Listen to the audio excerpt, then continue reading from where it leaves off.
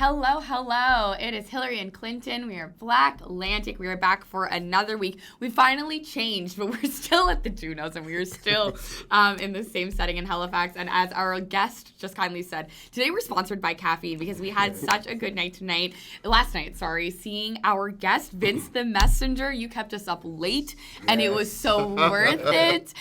Before we dive in, we will throw to our intro.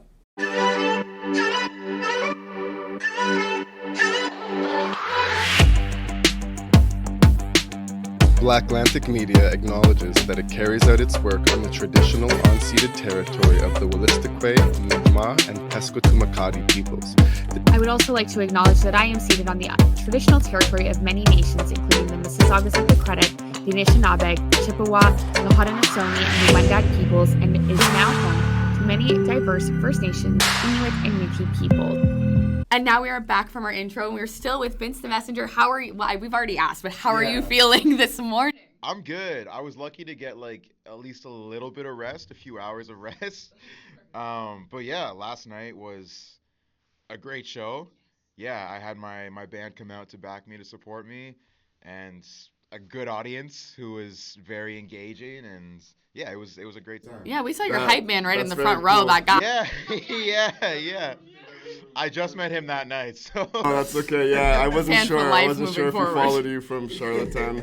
I hope he's okay this morning. Yeah. To people watching right now, it's about 9:45 in the morning, and we just finished watching Vince the Messenger on stage. Not even 7.5 hours. Yeah. What time did you get to sleep? I think I maybe got home around 2:30. And maybe fell asleep by 3. So good. We're on about the same wavelength. We're on the same. So Junos week for us has been no sleep, 4 hours and such like that. But we're here, and we're happy to finally interview you in person. So Hillary already asked you how you are. Can you tell us a little bit? We like to ask all of our guests, tell us a bit about where you're from, what life was like growing up, and some of your perspectives on. Yeah, for sure. I mean, I'm from Charlottetown, Prince Edward Island, which is actually not entirely true. I guess to take it back a little bit further, I was born in Toronto, in Etobicoke to be specific. And when I was about 3 years old, my parents separated. So my mom and my brother and I moved home to Charlottetown, Prince Edward Island, which is where my mom grew up. So therefore, I was kind of raised in Charlottetown and then traveled a little bit back and forth to Toronto to visit family on that side. So I kind of growing up got a little bit of the best of both worlds, which was really nice because being in such a small province, in a small city, small town, it can be very isolating. And it's getting the opportunity to see Toronto, see a bigger city always kept my eyes open to greater and bigger things. Not to say there's not great things going on in the Maritimes, but I always had my eyes on the big city, I guess, and just kind of seeing where that could take me in terms of artists, being a musician, and all and all. Exactly. Obviously it goes without saying that in Toronto there's a much more diverse and vibrant scene and music scene, and just exposure to the culture and different people and opportunities, and everything. Exactly. I mean, growing up in New Brunswick, I've always said that the opportunity for youth in the East Coast is so small. If you want to be a creative or in the arts, and what I was always told was in growing up in New Brunswick was you have to go to Halifax for that stuff. So looking towards Toronto was sort of the other place. Exactly. Yeah, it's either Halifax or take the bigger step and go to Toronto. Yeah. Basically. I mean, and one thing it might have done for you is, no Maritimer would be offended by the idea that it's much more laid back here. So you had the opportunity to see sort of more of the hustle mentality and the go get it kind of thing. I get that. Which you kind of need as an artist. I mean, in the beginning stages, it was kind of nice to be a little bit more laid back and kind of slowly find my rhythm. But once I kind of made the decision, okay, this is what I want to do with my life, it's nice to have a bit of that push behind you to seek greater things. I want to ask when you made that decision and how you got into music, but that's interesting. I don't know if you know that my mom is from Prince Edward Island as well. Okay. Yeah, and that's where she grew up. And while I was born and raised in Toronto, I may have been going the opposite direction. The OG Vince. Every summer they'd pack us in the van and 21-hour drive to Charlottetown. Okay. So that's pretty cool. And I live in Toronto now, so I feel you. We did a switcheroo, as everyone knows, but I definitely feel you. Yeah. It's a change of pace. It's a good change of pace, though, for me. Yeah. How did you find growing up in Charlottetown? Yeah. I mean, like, it was good for the most part. I mean, like I said, I was kind of lucky to have, my getaways in a bigger city going to Toronto, so I think that like kind of kept me sane. But growing up in Charlottetown, at least, especially when I was young, I felt a little bit isolated being one of the few black kids in school and things like that. So, I mean, that was like a little bit challenging for me, but I think in my own way I found like power in that and kind of like standing on my own uniqueness, and kind of like being a standout uh, person in like the circles I would find myself. And I mean, I've written a lot about that throughout my music. You can kind of like hear it woven in a lot of lyrics I'm talking about. But I mean, for the most part, aside from that, I think, especially musically, it's been like a welcoming environment to be in, which I was not expecting when I first started making music. I wasn't expecting to be like widely accepted because there isn't. It's growing now, but there isn't like a huge like Charlottetown's not known for its rap scene. You know what I mean? So I wasn't really sure how that was gonna be received when I first got going in music. But luckily, Charlottetown, for the most part, welcomed me with open arms when I started putting music out. So that experience has been really good. But yeah, like growing up, it was pretty quiet childhood. I grew up close to the beach, which was nice. Brackley Beach, yeah. Yeah. So I mean, that was nice. Spent summers at my grandparents' cottage out in Point Prim. So it's like I kind of really had like the dream like vacation by the water, like kind of like early childhood growing up. So I mean, like yeah, I think that's kind of like what keeps me uh like a peaceful spirit. You're saying you kind of thrived off the energy of being unique in your environment in Charlottetown. Oh, well, that's cool. Definitely, I don't know if you yeah. know this, but we interviewed Lavender Yes. yesterday as well. Yeah. So it's cool to Yeah. get those two different Yeah. Charlottetown perspectives. Yeah, it's really interesting. Yeah, and also I would just say, like, in terms of like coming up in the rap scene, like, I would, to be honest, until we found you, I was like, what is the black music scene out in Charlottetown, and is there a rap scene? So to be fair, I think that like you've helped me discover so much more about that area. So I'm glad that you were welcomed with open arms, because otherwise I don't know that I would have found out what was going on out there at all. Yeah. So talk to us a bit about like getting into a music career. How did you discover that you had a talent? How did you figure out you wanted to be a rapper? And like talk us through to like we're here at the Junos and you just performed at Juno Fest last night. So get us to this point. Yeah, I mean, I feel like it's something that has always been with me. Like as early as I can remember, when I was like, I don't know, like this might have been like before I was even in school, but I remember being really young, and my dad was a musician growing up. So it's like music was always kind of around me, especially when he was like present. Um, so we used to like write songs together. He would play guitar, I would write lyrics. And that's kind of how it started. We would record things on cassette tapes. This was me like as a little like child, so nothing was like that serious or prolific, but it was just like a means of creative expression, and that came through music. So that's like my very earliest memories of making music.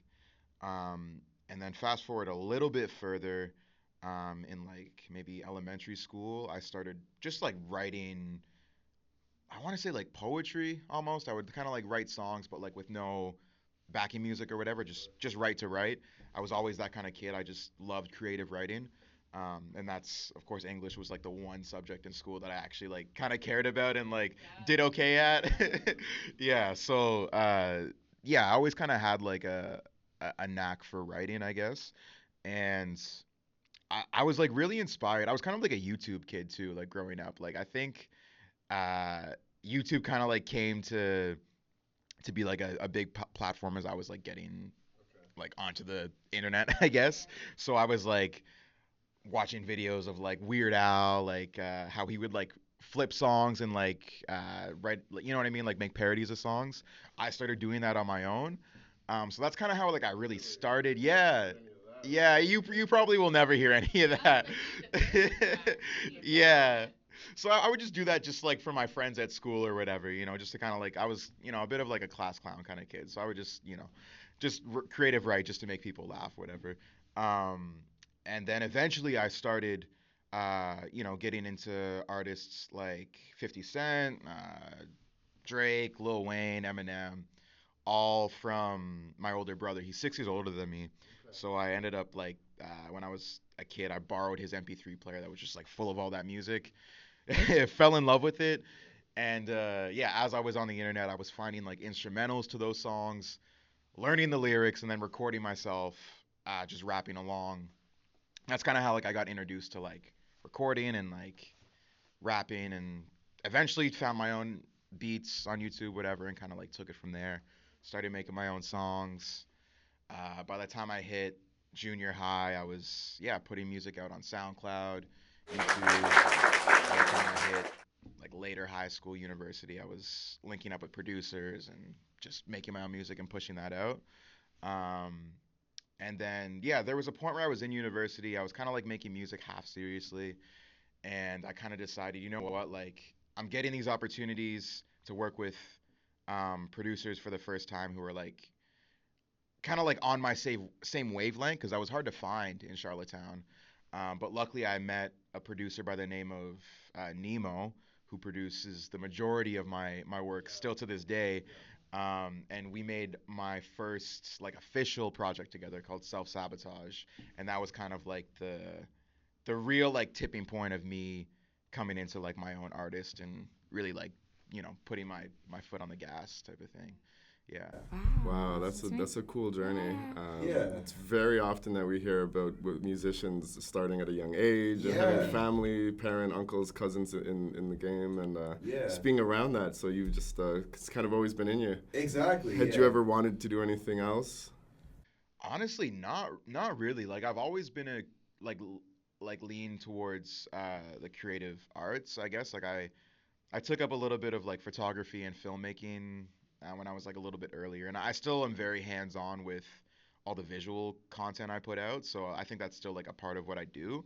But for me, it's just like writing, recording, making songs, and performing them has always been the most fulfilling thing that I've done with like the skills that I have.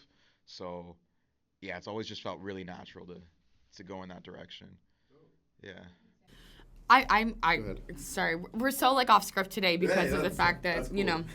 But I'm curious, I guess, about the content of your songs, because I do think that like, and we've been around so much amazing live music, and I think that they're, it's stereotypical rappers. It's like drugs, sex, whatever. Yeah. And I think what I found with such an affinity with your music, and the reason why I love Black Sheep so much, which I think, to me, it felt like it spoke to that, like, maybe identity, trying to fit in. And, like, for at least me, I was like, oh, I feel like this relates to my being mixed race in New Brunswick, white mom, blah, blah, blah. Yeah. But I think that, like, you've got such a, like, there's so much seriousness to your themes and the topics that you sing about, and some people it is more rapping is about partying and stuff. So I'm curious why you choose the themes and sing about what you do sing/rap about. Well, for me, it's like I feel like I don't make music just to make it. It's like something has to kind of like spark it, or like I need like a reason to write, and that's kind of like how I even came up with my name, like Vince the Messenger, because like my music is a message. Like there's always going to be a message to it no matter what, because that's just like the place that I write from. And like a lot of it just comes from personal experience, how I'm feeling, what I'm seeing in the world. I find like, to me, writing, songwriting, music is, oh, sorry, my alarm's going off. Good morning. Sorry about that. No, it was very cool to have you like, I think about serious stuff, birds. That's my weekend alarm, so I can wake up more peacefully. Yeah. Sorry about that. But like to me, like songwriting and making music is kind of like my way of like experiencing the world and like just processing my feelings. Like it's kind of like I treat it as like journaling, I guess. Like the way that, just getting what's inside of you out can kind of help to understand what's in your mind, I guess. Life. That's Exactly. cool. Yeah, no, Exactly, your yeah. lyrics are definitely like deeply poetic, Yes. with a lot of visuals and metaphors. But you keep a bit of that street. It's a little bit gully. It's a little bit gritty, and Yeah. it comes across really cool. It Yeah. works really well. Thank you. Let's talk about your band for a minute, Of course, because yeah. not only were you really interesting to watch on stage, but your whole Yes. crew just has a cool vibe. 100%. I loved Hannah's, like, the worker suit, by the way. I just wanted to, like, Yes. shout out Hannah if you're watching this. I want to know where you bought that, because you looked very dope. That's all. It would have been cool to have actually your band here. But anyways, But In the future, we'll do that. how did you come to be with them? How long have you been together for? And just tell us a bit about that whole dynamic. Yeah, so I mean, like, I think in a lot of interviews, I've actually credited Holland College, their SOPA program, on PEI, just because of the sheer amount of talented musicians that it brings to the community. So I think that's a huge advantage that Charlottetown has, just getting so many different musicians coming through from all different parts of the world, and that's the case for the band as well. They all went through the SOPA program. So as they were, gigging and stuff while in school, I was seeing them performing with different artists around the scene, like Kiera. They play for Noah Malcolm, all different types of artists in Charlottetown. So I kind of just was first a fan of them performing. And I think there may have been a few showcases where I was asked to do a set and they were just like a band already playing and they offered, oh, we'll learn a couple of your songs. And, it was kind of just a one-off thing. But last year for the ECMAs, I knew that I wanted to get a band. And I had already done some work with Hannah, and she has this project Somewhere Soon, which is the 3-piece band. So knowing that, I asked her if she'd be down to bring the band to come together for me and perform with me for the ECMAs, and that's kind of how we started. And that went incredibly well. They're super easy to work with. They understand my music very well, which is very appreciated, and they're very enthusiastic and great to work with. So we've kind of just kept the ball rolling, and every showcase I've gotten where I've had the means to have them perform with me, I've made it happen one way or another. So yeah, we've kind of just kept it going since then. Yeah. Very dope. I just feel like wanted I've been asking a lot of questions. No, I just wanted to comment that. So what we noticed, and the reason that we mainly wanted to ask, was when I sort of didn't expect their very interesting aesthetic. And second of all, they looked so enthralled with the way that you were performing that I couldn't tell if they had honestly like never heard you before, because Hannah kept looking at Hannah kept looking at the lovely person in the middle with like the knitted hat on, just like looking like you were doing the most amazing stuff. And I agreed, but I was like, have they never heard how amazing he is before? Because they looked like they were experiencing it like again for the first time. And I think that's what you would want in a band who's like, you're so good and you work together so well, but they're so happy that you're doing what you're doing. But that energy was just so infectious to watch. So like kudos to them, because like they added this element of their excitement about you, made 100%. Us even more excited other than knowing you. Like I was like, wow. That was super impressed. That's all. Yeah. And that's the way it is too. I feel like every time we perform, like it's always a little bit different too. Like hopefully you can't really tell, but we don't often get a lot of time to rehearse. So there's always a little bit of variation. So I think there's always a few surprises here and there, and that's probably why you get some of that expression of, oh, this is where we're going with it, and it's working well. And yeah, they're just like a very passionate group. So I think it's just always exciting no matter what when we perform together. So yeah. The fact of them being great musicians, and you were saying if they're watching, I would be surprised if they didn't see this. Yeah, but, I'm sure they will. Tell me about the jumpsuit. You're all very awesome. So you won the ECMA award last year. I haven't won an ECMA actually. I was at the ECMAs last year just performing, but I wasn't up for any nominations, unfortunately. We usually have much better research on that than but I just... Well, so you weren't just performing. You performed at the ECMAs, and now you performed at the Junos. Well, that's what I was going with. I was going to talk about what was it like being at the ECMAs last year. And now you're at the Junos. So, I mean, that's, you're... it's a new step every year. It feels like. I can see the look on your face. You Very, are. very excited. I mean, I'm kind of just like this. I'm just happy with life, which I'm very blessed to be. But it's very exciting. Yeah, yeah. Yeah. I mean, yeah, like it's actually really funny because like I mentioned before, like me and the band got together last year for the ECMAs, and it was funny, like I didn't know this until Hannah had brought it up during one of our rehearsals. She was like, "Oh, I think the Junos is going to be in Halifax, next year. Like we should try and, go and see if we can, maybe do some networking or just check out the shows." And I was like, "Yeah, that'd be cool. Like it'd be really cool if we like somehow got the chance to perform." Fast forward, we get the offer, and it just, yeah, it came kind of full circle. So we're really fortunate to kind of have, I guess, manifested it in a way. Yeah. Before we ask more questions of Yeah. like you and your musicality, the ECMAs Yeah. this year are going to be on the island Charlottetown. again. So Yeah. should we expect anything? Do you know anything? Yeah. You'll at least be around? Yeah. Yeah, I'll definitely be around. Yeah, I don't know what has been announced at this point, but you can expect to see me and the band somewhere doing something. Amazing. Perfect. So I'll ask some more music-based questions. Curious, because we talked about, sort of the content of the music, but what influences specifically like the sound or the lyricality other than, I mean, like we talked about the upbringing and like that influence. Was there anything now that you like look to, or even yesterday with Lavender, I think we talked a bit about uniqueness and like paying homage, and you can't really, in a way, almost be fully unique anymore. So how do you navigate all of that? And I'll add to that. Yeah, I'm going of to add course. to your question. Yeah. Like you're so happy and jovial and hyper, but again, your lyrics are so deep. I know. Yeah. I know. Yeah. People have brought that up before. I do get that a lot. Yeah, like my personality, I'm usually, very warm and positive, but yeah, I do get very serious when it comes to the songwriting. And I think that's kind of, like I said, it's kind of like my means to really sit down with my thoughts and process things and like really have that opportunity to vent and yeah, and be serious. So yeah, and in my regular life, I can kind of feel a little bit lighter and like not as heavy as what my songs sound like. I guess your inspiration is what you were asking. Right? Yeah, some yeah. of that inspo and sort of like what do you look towards now, or is there anything like even Lavender was talking about a bit like listening to things to figure out like maybe, or was that Keisha? Might have been Keisha. So I'm listening to, we talked to so many good cool people and we continue. Yeah. But listening to things to sort of get that inspiration of maybe a vibe or a sound, and then making it your own spin and adding your own elements. Like, is there anything, any tools or tricks or things that you're doing when you like hone in your craft?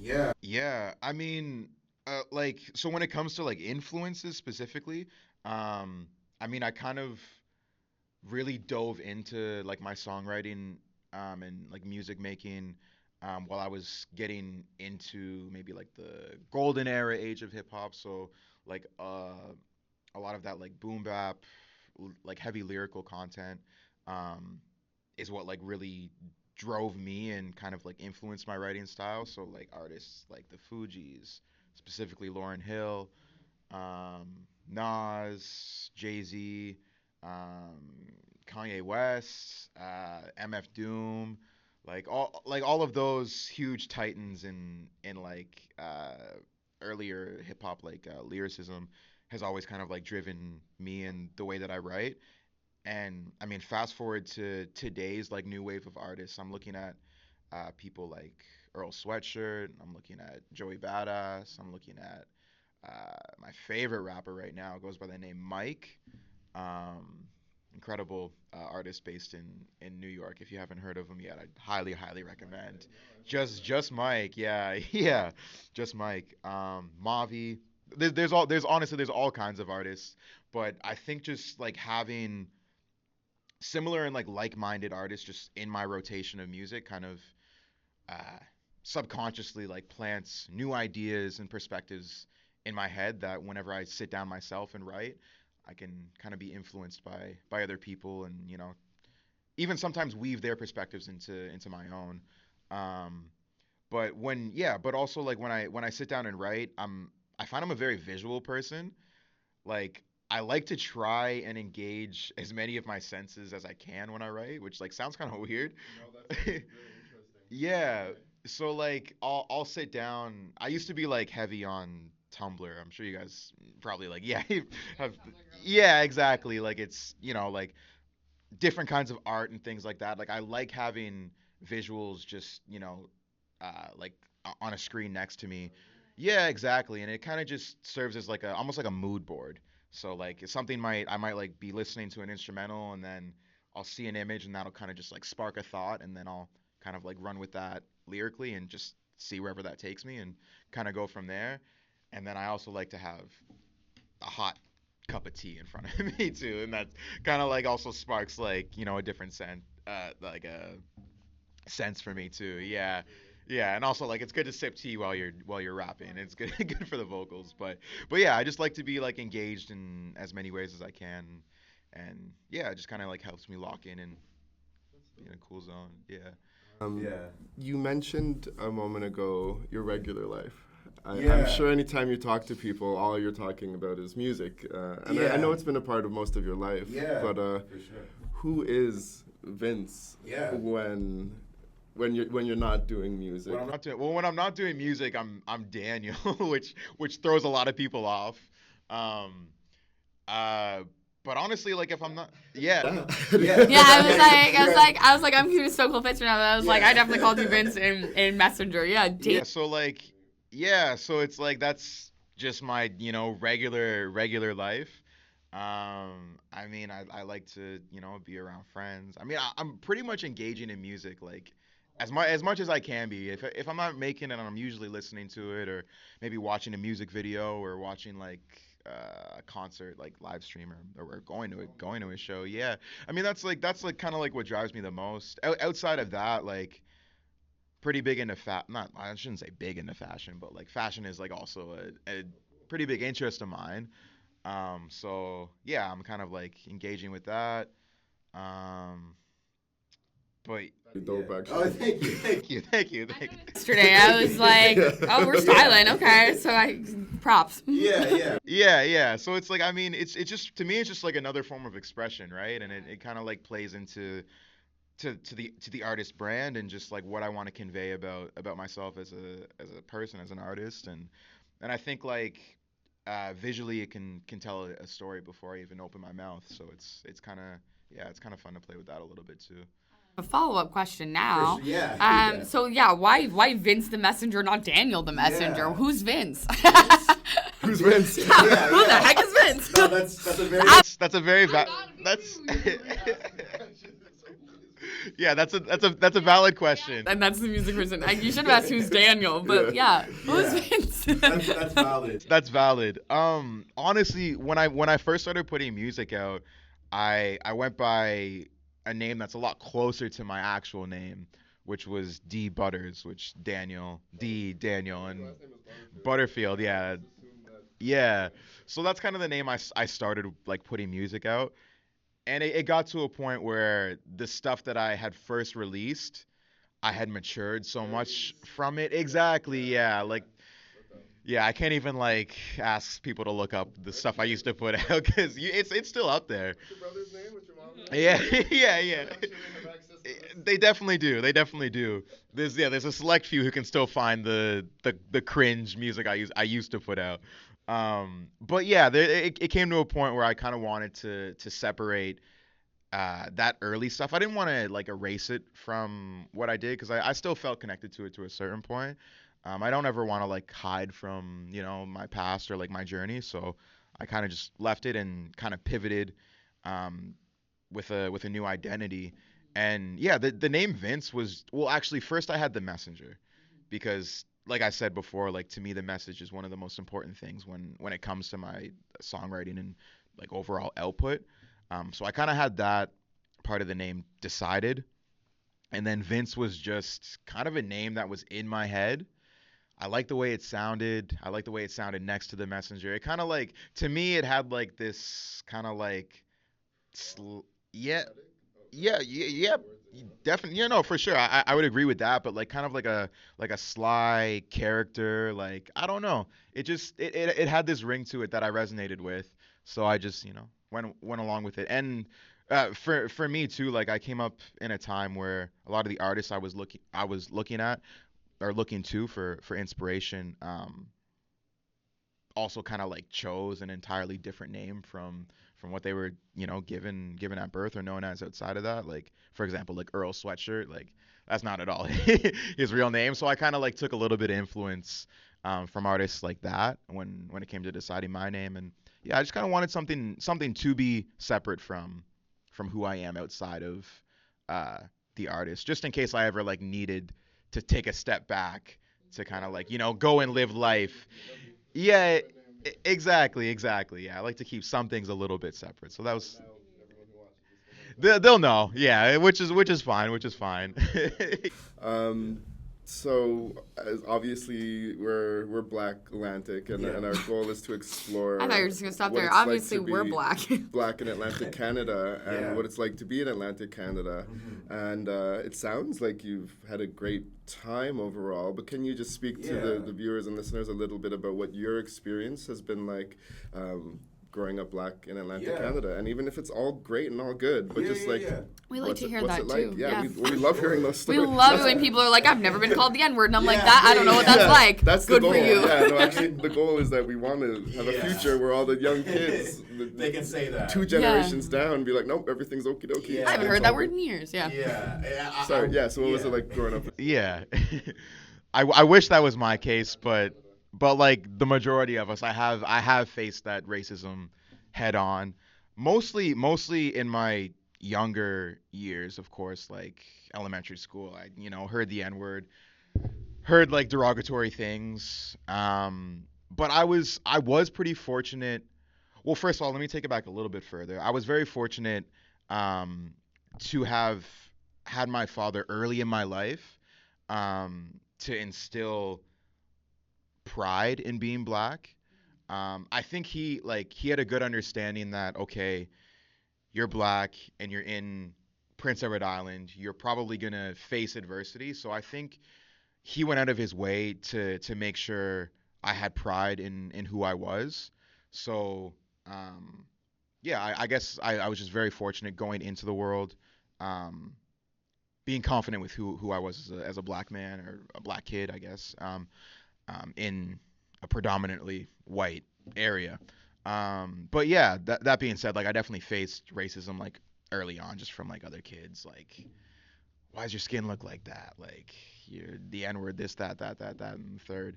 But I was also lucky to have friends who were allies, who did stand up for me and made sure that I knew that they knew that was wrong, and they weren't gonna stand for that on my behalf. So I was fortunate in that regard. I'm sorry, in that regard. And yeah, and then in high school, you get like, I would say I faced a lot more of like those like microaggressions, hearing like white kids say the N-word, not to me directly, but just thinking that it was okay for them to say that around me, and like it wasn't a problem. Yeah, which just like, yeah, not cool at all for any white listeners listening. Don't do that shit. Yeah.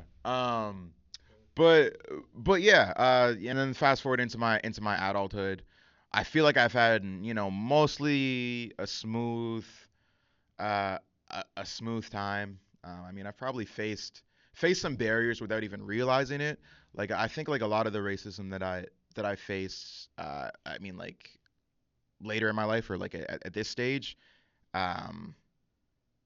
hasn't been as like blunt racism. It's more so things that happen that you think about after, and you're like, oh, that wasn't cool. Like, that was discriminatory.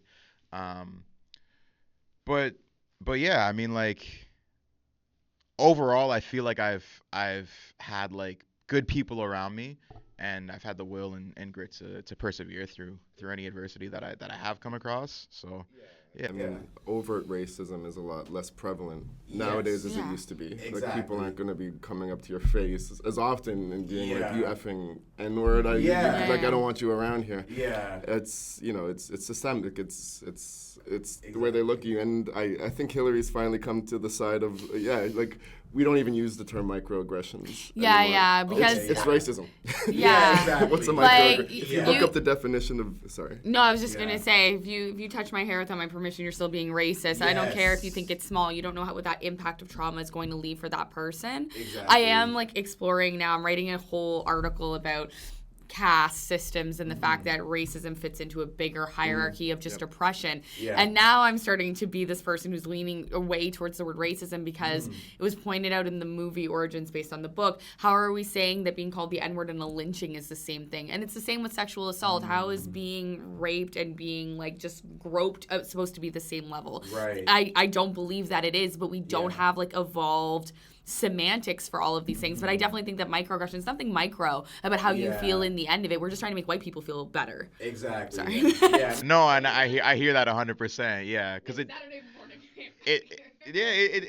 still has that deep impact, right? Because like you can have like a microaggression or just racism happen to you, but that's gonna affect your entire mood for the day. You know what I mean? Like it's gonna affect how you go about your life, frankly. So yeah, it's. Cut you off.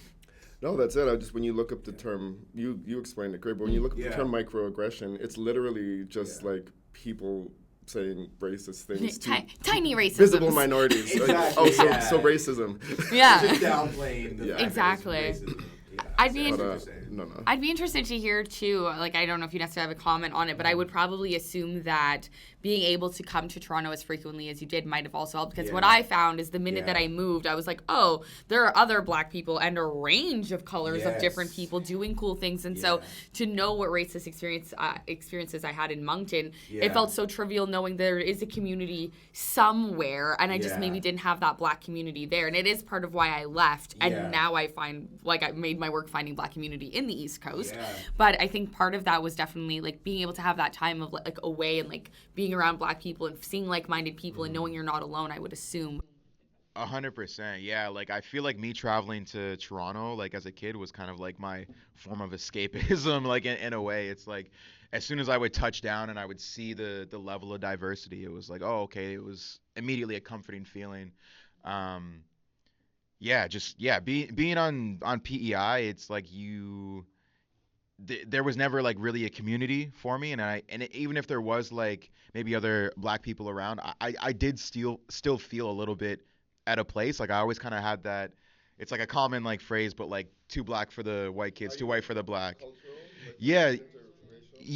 So my mom is mixed, Black and white, and then my father is Black. He's from Jamaica. So yeah, I'm mixed up. Yeah, I got to do one of those DNA tests to really figure out like how far where my lineage goes. Yeah, I'm like due for one. Honestly, I've been saying this for a while, but I feel like Black people should get those for free because we've been stripped of that identity. So it should be Where? Yeah, it's a huge continent, in case you haven't realized. And then there's so many Black people who like they don't even have their last name because they were given the last name of a slave master or some owner, and it's like I don't even like there's a big group of Black people who don't really know where they come from or who they really are, and they have made a whole new life for themselves. And then there's others, so it's I have seen it that way, but I've also seen people who like when they finally take that test and they learn where they're from, and then it unleashes so much like emotion from the trauma of not knowing that I'm of two minds, where I'm like, you know what, Dad said Senegal and I'm just gonna keep it. I don't think I made the joke yesterday that we're the ones who didn't get on the boat or follow the slave masters. You know, I'm chill over here. I'm just gonna stick with what I know. And there's obviously no guarantee that just because you are around some Black people that you're gonna have anything in common with them or relate to them in any way whatsoever. Exactly, that's so true. A lot of cases you do get that sense of camaraderie, but there's no guarantee. And I think, like you just alluded to, Black is an umbrella for it could be from the Caribbean, from the States, from Canada, from Africa, from anywhere else in the world. From and I've talked about it before too, but Amanda Paris did a TV show for CBC for Black History Month called For the Culture, and in it the first episode explores the diaspora diaspora, and there's people who like moved to England from Jamaica, from different islands, and when they went back, because they had started to lose their accent, they were treated as othered, even though they fully had like the ancestry of the people, were maybe raised there until 5. Yeah. And so it's like you can be othered by the black people, you can be not black enough for the black people, and you can still be as black 100%. as them and lose, you know, certain dialects or certain cultural like connaissance, and then you're not the 100%. same. So Yeah. I'm all now about the whole like Anyways, we're yeah, one yeah, race, we all just yeah. need to love each other. I'm like Yeah. hippy dippy Well, now. we are but one race. I won't get into the fact that I don't even like the word racism. Well, that's because what it now I'm implies that we are exploring. not all part of the same race. Yeah. But Yeah. I do have one more question for you.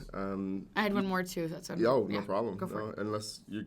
As many as you Okay. want to ask. I'm here for it. I'm You did here. mention community a bit, and over the past couple of years, Hillary and I have become familiar with groups like Black Collective Media and the. Black Black Cultural Society, Cultural PI, Society. Have you- Black yeah. Usher. Do you associate with them at all? Any affiliation? Have you ever worked with them in any capacity? On the island? Definitely. Yeah, like we've definitely worked on projects here and there. Like I'm trying to think like on any specifics. I think there's probably been like a number of performances and things like that I've taken a part in. But anything like kind of behind the scenes, I haven't done too much work on. Mostly just like as a musician, I've done some stuff with them. But it's great to know that community exists and has like a network of people to go to for the Black community, because I think that's just so important, especially for new Black people coming to Prince Edward Island. They're getting here and it's like, oh, it's so white. Where do I start to feel like I can fit in this place? So it's, yeah, I think they do incredible work. So I wanted to ask about community in a different way, but more about the hip hop community, because CBC said that you were instrumental in building Charlottetown's hip hop community. I mean, I'll take it. Sure. Yeah, take it. Yeah. Take it from CBC. Yeah. So I'm curious, like, Yeah. how does like even hearing that feel, and like how do you Yeah. feel about the I would assume like the challenges to success is maybe a little bit of a Definitely. burden of, you know, really trying to champion all of that. yeah. I mean, like I never set out to be like, you know, the torchbearer of. But you're the messenger. Yeah, I mean that's true. That's in a way. Yeah, in a way maybe I. Yeah. In a way maybe I did, but to be honest, like I just started making music just to put it out and tell my own story. I wasn't really sure what type of community I was gonna form around that, or like how I was gonna fit in the existing community. And to be honest, I found like what happened is I ended up creating my own circle of people. Like of course there was hip hop before I ever even got to PEI, but I think its style and its creators are very different from what I do and what I contribute now. And yeah, I mean, I was really lucky. Again, I'll mention Nemo because I feel like that's whenever I really started to have my voice be uplifted. Like I credit him a lot for kind of just giving me the authority to be able to tell my story with his beats, his production, his recording, and everything he's done for me in creating the music. So the scene, or what you call it, like at this point, if you're looking at me as the nucleus, I would put Nemo kind of like, you know, right next to me in that regard, just for being able to uplift my voice. And yeah, like from that point, starting to put music out, you know, I've had a lot of artists who are maybe just kind of getting their footing, maybe look to me for inspiration, look to me for collaboration. And if it wasn't, you know, if we weren't in the realm of being able to, if we weren't in the realm of like being able to collaborate, if it didn't make sense, then I'm always kind of there as like a beacon to provide whatever like advice or resources that I can. And yeah, I think like now the scene, I think it still has like a lot of work to do in terms of like hip hop scenes. You see, I look at Halifax as like an inspiration. I mean, Halifax is a different beast and different game in its own. It has like a deeper history of hip hop compared to PEI. It has a deeper history, or I shouldn't even say a deeper history, but it has a very vibrant and well-known history of Black community here. Yeah. Yeah. But I mean, PEI does have, you know, it has like there's been black people there for longer than people realize. So I don't want to discredit that at all. But people know about Africville. People know about the history of Halifax. So I think the community here has definitely thrived a lot longer than PEI has. So I look to this music scene a lot, and I think PEI has a long way to go in terms of having a louder voice. But I do see that slowly happening through.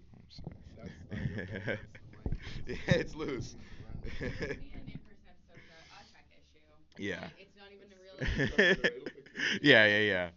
That's so interesting, very actually, because I'll date myself here, but back in like the early 2000s, I did a lot of work in Charlottetown with a producer called Nino, and your producer's name is Nemo. Nemo, yeah. Like I used to come out in the summers and we did shows. I can't remember what it's called, but there's a strip of bars right behind the Charlottetown Convention that's Victoria Center. Row. Yeah, Yes. so we used to do hip hop shows there and everything, way back in the early 2000s. A guy named Shaylon, who's now the owner of like the really big pawn shops they have downtown. Okay. Have you ever met him or known about him? And there was a number of 3 or 4 different rappers that I used to make tracks with and do shows with in Charlottetown, like 20 years ago. And it's interesting that you haven't even met him. Like, so you don't know any rappers from back then, and I guess maybe when he stopped, because again, it's not a huge scene. Right. Maybe there was not much at all until you came up. So Charlottetown's really lucky to have you. I mean, yeah, I'll take that. Yeah, and I appreciate the respect and like the torch I've been given, I guess. Yeah. Yeah, I have to. Definitely, yeah. Please do. Like, I definitely know, like, there's been cats well before me, but I think what I've done and the new life I've breathed into the scene has kind of just taken its own life, especially. So it's generational, because you got Maestro in Toronto, and then you had 10 years later or 15 years later Circle and the Shot Claire and Get a Concept and all that and all those artists, and then nothing for a while, and then Drake came along, right? And in terms of like the ones that really got the notoriety, there's thousands of amazing rappers in the city. But before we wrap up, is there anything you feel we didn't ask you? Is there anything that you want to? I would have asked one last question, just of like what's next. What's next? We've had some people drop some amazing insight in terms of like projects that are coming out, and I mean like that's sort of part of the plug. Good but question. like, what's next for the messenger? I Can I very quickly? Of course. Biblical reference or no? Because when I heard black sheep and then the messenger, and knowing that like God, sheep, lamb, blah blah blah, I went that route, and then I was like, well, maybe not now that you're G Butters. Like I was like, wait, maybe no God, but like a little God. To be honest, yes. Like, I do come from a family of very devout Christians on both sides. So I think like those biblical references and messages have kind of just been like I remember being in Sunday school, playing around in the church, like so all of those things are like kind of ingrained within me, whether or not it's how I choose to live my life or how aligned I am with my faith. It is kind of ingrained in a lot of the messages I talk about and references I pull from. So in a way, yes, indirectly. But no, that is a good question. Yeah. Actually, because like I did an English course where we took the Bible and actually read it as like literature and as like a nonfiction piece, and like took it apart as if it's just a story. And a lot of the like those references, I was like, I get the vibe. Yeah, well, like I think whether or not you're a believer or a follower or not, I do think like there are a lot of biblical stories that have a lot of great meaning and like influence and messages. So it makes sense to pull from it, and it's stories that people can already relate to because it's already such a widespread message. So best ways to start community is church. Like whether you believe in it or not, it's where a lot of communities come from, and I mean the symbolism is there. So the symbolism especially. Absolutely. Anyway, what's next for you? So I mean, more music for me is definitely next. I'm sitting on quite a lot right now, just putting some finishing touches on a lot of projects. I have a collaborative album, fully self-produced between myself and this Charlottetown artist, Nigerian-born Charlottetown artist by the name of Tigwe. Look out for his solo stuff as well. He's coming out with some new music too. So yeah, yeah. Please do. Yeah, please do. I will for sure. For sure. He's a really dope artist. And he kind of dabbles in like R&B and hip hop. So it's a cool blend. So yeah, project with him should be coming out before the summer. Me and Nemo are in the talks of starting our third album. We have a bunch of songs, of course, but starting to get a little more serious and pushing into album mode, so that's exciting. Yeah, hopefully some singles will come out soon. Shows, I don't know how much I can say about the ECMAs, but that's could be a thing in the near future. And yeah, I mean if you haven't figured it out, yeah, it's happening. I didn't say it. But yeah, so that'll be exciting. And it's in Charlottetown, so that'll be a cool like full circle moment. And yeah, some more shows in Toronto too, which is exciting. I'm in Toronto now, based there now. So You did Manifesto last year. I did Manifesto last year. Staple in the city. That was incredible. Ongoing festival. Yeah, that was definitely that's at like the top of my accomplishments right now. So I'm really thankful. Yeah. Okay, yeah, I will let you know. Please do. I need it. Yeah. You make beats? I do. Some of the beats are your own. Some of them are. Most of what you've probably heard and what most people have heard has been produced by Nemo. He's a way better producer than I'll ever claim to be. But I do definitely dabble in producing myself. I have one EP fully produced by myself that's out on streaming called Nowhere to Grow, which was an interesting project. I made that around the time of COVID, I want to say. Yeah, I'm pretty sure that was like a pandemic era project. I kind of just locked myself away and made it in the span of 2 weeks, which was, yeah, kind of crazy. Like I had been producing a little bit before then, but first time like really releasing my own project. So I'm pretty proud of that. Yeah. Yeah, no, thank you. It is, yeah, and I was really lucky too. That project was fortunate enough to win a Music PI award for rap album. So that was very validating as like a first self-produced project. So yeah. I think we're gonna wrap it up. That was amazing. It was so good to get to know you on a deeper level. Yeah. I don't think we've said this episode, but make sure you go follow Vince the Messenger if you're not already on all his socials and streaming sites. I do say this often.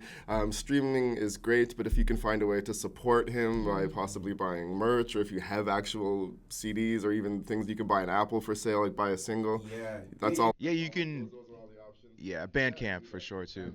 Yeah. Bandcamp.com. Your is just Vince the the Messenger, all one word. Yeah. Perfect. Good for you. Yeah, I know, right? We You should have got said it. this at the beginning, but yeah, subscribe to BlackLantic, follow, like, comment, share. That really helps out. And What a great, like, I really appreciate the fact that we got to see you and then do the interview because Yeah. it the made day so much after, more yeah, dynamic. I think so. the energy is so much bigger Yeah. right now. 'Cause, like, Definitely, we just saw yeah. you on stage, and it was Yeah. incredible. And if I know we're at the end of it, but if you watched it, if you listen and you didn't watch, it's in person. Go back and watch it. See us in person, like interacting, do the visual. And anyway, amazing episode. All right. That's it. Peace. We'll see you next week.